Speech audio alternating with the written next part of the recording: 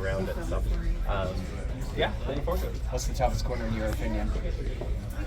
Gosh, it really just depends on your car, right? I mean, there's been years that every corner's been the tough one, just depending on what your balance is and what you got in your car. And so, you try to find the best balance you can between the three of them, and know that it's probably going to be a bit of a compromise, but the best car is probably good at all of them.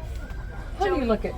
Elton Sawyer said that drivers in all three series need to clean up restarts. They've gotten really sloppy, particularly with everybody laying back, and that NASCAR was going to communicate that this week. Do you agree that, having watched back any races, that things need to be policed a little bit better? Yeah, it's a cycle. It's a cycle, and it happens all the time. They crack down on some rules, and everyone's like, oh, and they get scared to do it, and then you don't see a penalty for a few weeks, and all right, you push it, okay, you push it, everyone starts pushing it. Before you know it, everyone's laying back again, and then they're forced to make another call. So there just needs to be consistency in doing it every time. And restart calls, in their defense, are sometimes very obvious, and sometimes they're very hard to make the call because there's could be 2 or 3 things that happen to it.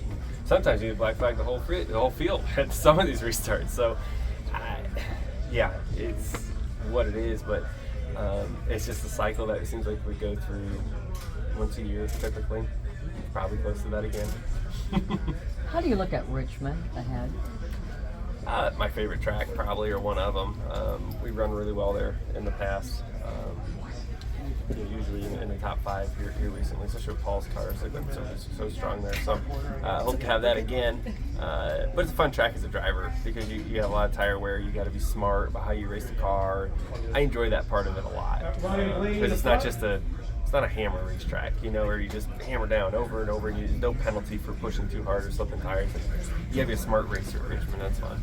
You look very young on the video of Piper Harvick saying she wears the fire suit. Did you watch that video? It was so damn cute, but there you are at the beginning. What do you make of it? Well, I'm glad we figured it all out.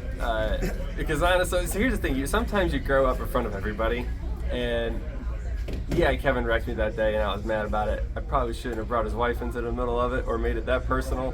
But the fact that they made a joke out of it, now Kevin and I get along really well now, and to see his kids all involved, he just came over to our bus and gave us a donation to our foundation, Joey Logano Foundation, and he gave our kids all the I wear the fire suit and the family T-shirts and all, and so it's become a fun joke between us now. I still regret saying it, but at least some good things came out of it. They raised a bunch of money for their foundation, and they paid it forward to us, so that's pretty special. That's and cool. Do you have a child that's as much a Spitfire as Piper? Oh yeah, Jameson's that kid for sure. My middle one, he's a maniac. So, yep. So it's there's a moment in time where you eat your words, and they don't taste real good. Is there any current plan to get all 3 cars into the playoffs? For Penske? Yeah. Yeah, that's the plan. Yeah. That's the plan. We got one to go. And I just wondered if there was any formula taking place. I mean, it's kind of hard to have a formula, right? I mean, we're all still.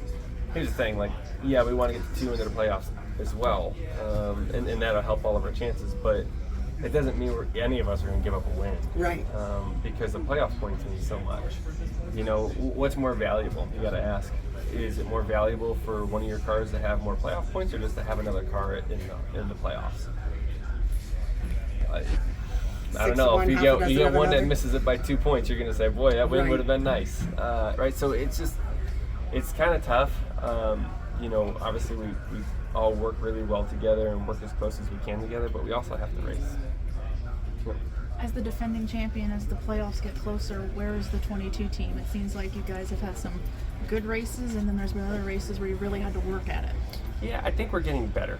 We're not where we need to be yet, but we're making progress, and this is the time of year where we typically see a little bit of an uptick and start to get a little momentum into the playoffs, and hopefully that's what we see here the next few weeks. We had a strong run in Loudon last weekend. Hopefully back that up here. A few weeks before that been pretty decent as well. Looking off quite a few top 5s here recently. So that's good. We're starting to make up for where we're at. We're still too far back in points. We still don't have enough playoff points. We gotta get all that stuff better. But yeah, I think we're starting to turn the corner and start to put ourselves in the top 5 more frequently. So hopefully that's what we got to happens, and we got something we have to do throughout the rest of the next few weeks. Joey, do you feel like you would need another win in the regular season to be where you want to be going into the playoffs?